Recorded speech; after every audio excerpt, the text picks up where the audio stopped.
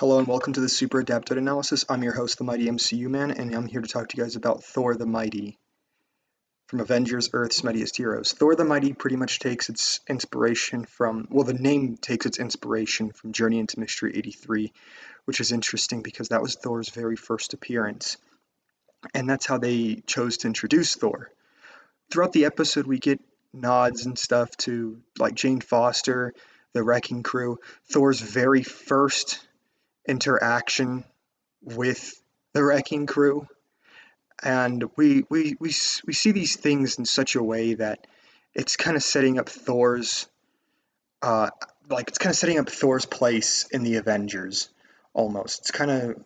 It's pretty much telling us what are his motives, why does he do what he does, and is is he like a seasoned warrior like he is in the comics. Now the Wrecking Crew is a team that's interesting. The Wrecking Crew made their very first appearance in Defenders issue 17.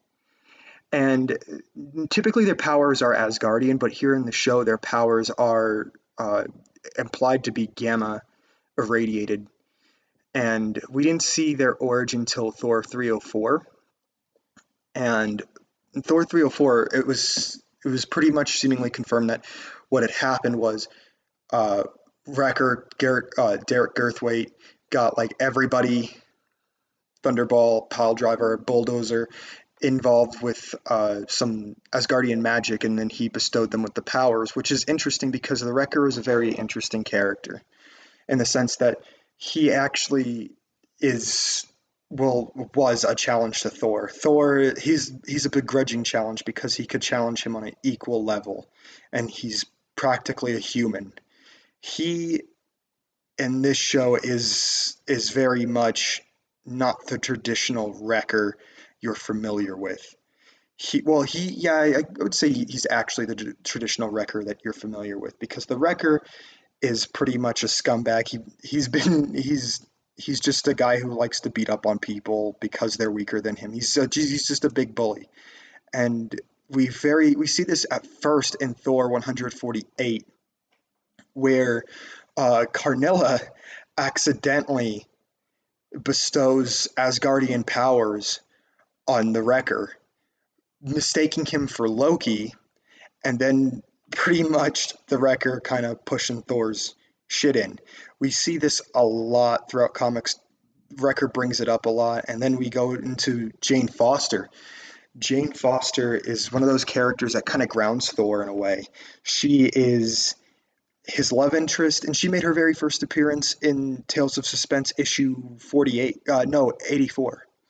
And we go from there to Asgard. This is one of those shows that really just keeps just doing things that you just might not expect because it's exciting, and that's the way that Avengers comics are. Same with Thor comics now. And we see Thor pretty much handle frost giants. This is something that I feel like is it's like the coolest part of the show. We really do get a feel for Thor and his world and why he's kind of like why him and Captain America have such a connection because they're both technically fish out of water. And we then are introduced to Loki, who was first introduced into Tales of Suspense issue 85. And Loki in here, they seem to imply that Thor Tales of Asgard had happened, with Thor pretty much expositing that, hey, we used to work together as kids, but that was the same thing in the comics. Thor and Loki were kind of brothers in arms for a little bit, which, by the way, if you haven't seen Thor Tales of Asgard, please check it out. But the fight continues.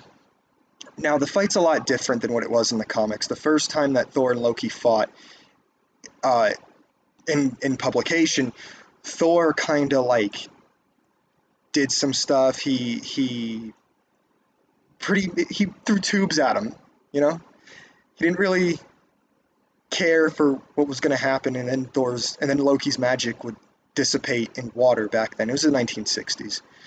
But yeah, no, it was like that for a little bit, and then we are introduced to Odin and the crew, and it goes on from there. We really do see Loki gets punished, and he has to go to the dreaded Isle of Silence where he plans out the rest of his plot. with the Executioner and Enchantress, who are big-time Thor villains in their own right. And we really do get a feel for this Marvel universe already. This is already bigger than, like, we're 2 episodes in this show and it's already bigger. By the way, the dreaded Isle of Silence made its very first appearance in Avengers issue 1. That was pretty much where where Loki staged everything. And like, comment, subscribe. I hope you guys really liked it. Thank you so much for your time. Hope you guys have a good day.